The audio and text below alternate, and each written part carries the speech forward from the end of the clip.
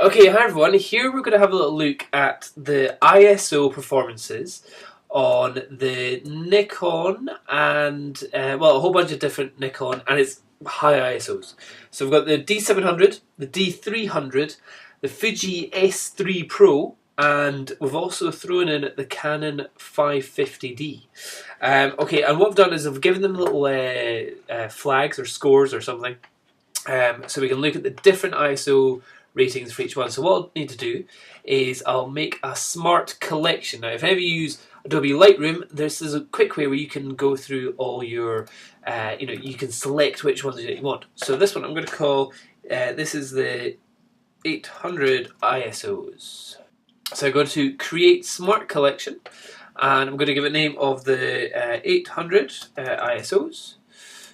800 ISO, and what we'll do, we'll give it, so it's, we're just looking for the ones which are rated, and then give me the number 1. So this is all the ones which are 800 ISO, and we'll also add in just the date, just so we're not confusing it with any other ones, so pick the date. These were all shot at f5.6. The D700 is giving us a 1/10 of a second. Which one is this? It will say over here. So over here you've got the model. The D300 is this one, and that also gives a 1/10 of a second shot. The next one is an 1/8 of a second shot, and this is with the Canon 550D, so it's slightly different exposure time. And the next one is a 1/13 of a second, and that is with the Fuji S5pro. So even though the aperture was the same, even though the lighting was the same, you're getting different exposure times. The Fuji always gives me odd ones, like 1/13 of a second. When do you ever do that? So that's not interesting. From these shots, looking at it on my big screen here, I can't really see much difference from them all. This is all 800. I would say the Fuji, just because of its colour, it looks a bit dark and a bit, you're not really seeing that much. Dark, it did have the fastest shutter speed. And the Canon one, I would say, just looks most blown out, like around the lights. It just kind of really loses a lot of colours. Okay, so let's go and look at the ones where we're getting to a proper ISO height, and that is the ones where it's at 1600. Okay, so here's the next 4 shots, and from here, now that is pretty much the size from my screen, which is a 27-inch. That photo, each photo is coming up the size of a DVD, a DVD box. Yep. In fact, it's just a little bit bigger than a DVD. So if I was to print out these photos, this is roughly how they'd look. So if I look closely at the screen, where am I seeing noise? I'm definitely seeing it in the Canon 5. No, I'm seeing it in the Fuji S5pro.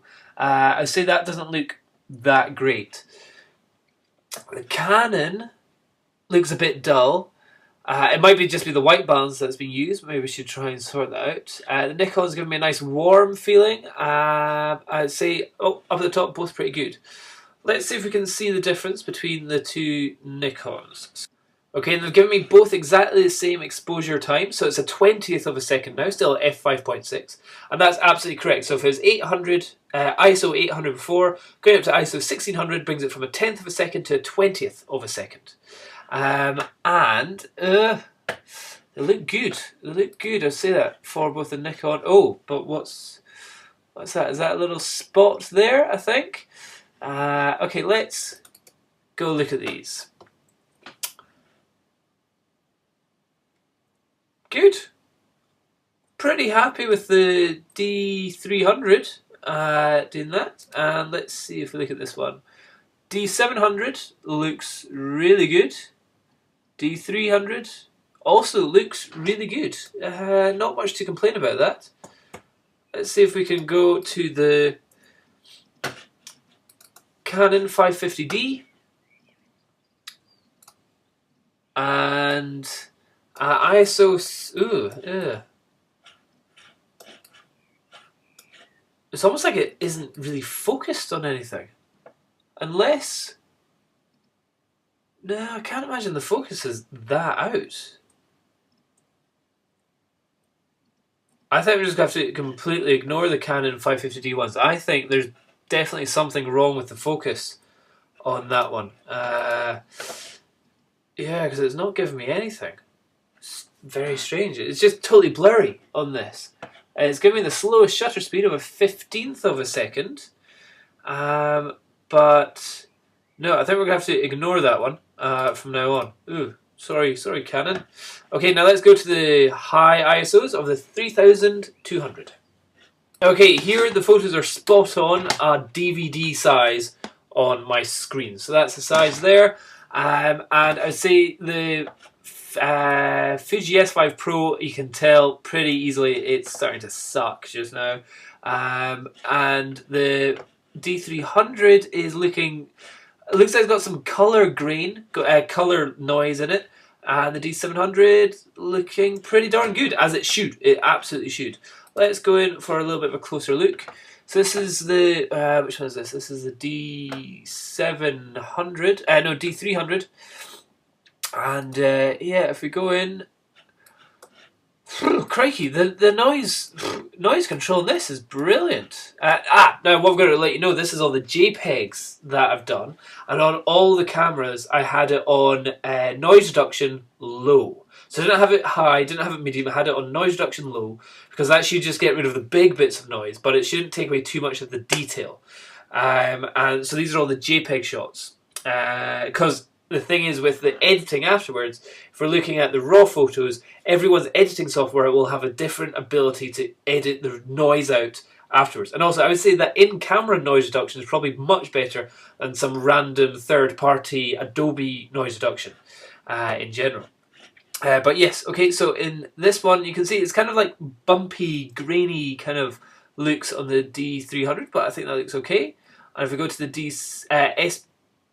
Fuji S5pro, it's a lot more noise here. It's just not looking good. So D300 Fuji, 300 Fuji, 300 Fuji, 300 Fuji. Fuji's also just darker as well.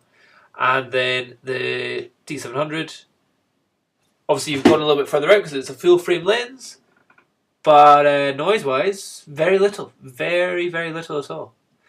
Okay, now we're going to go for the stupid ones. Oh, actually the Fuji can't go any higher than 3200. Let's see what the Nikons can. Okay, for the super duper ISOs, we've got the Canon at 6400. Let's say we put the teapot just there. We've got the Nikon D300.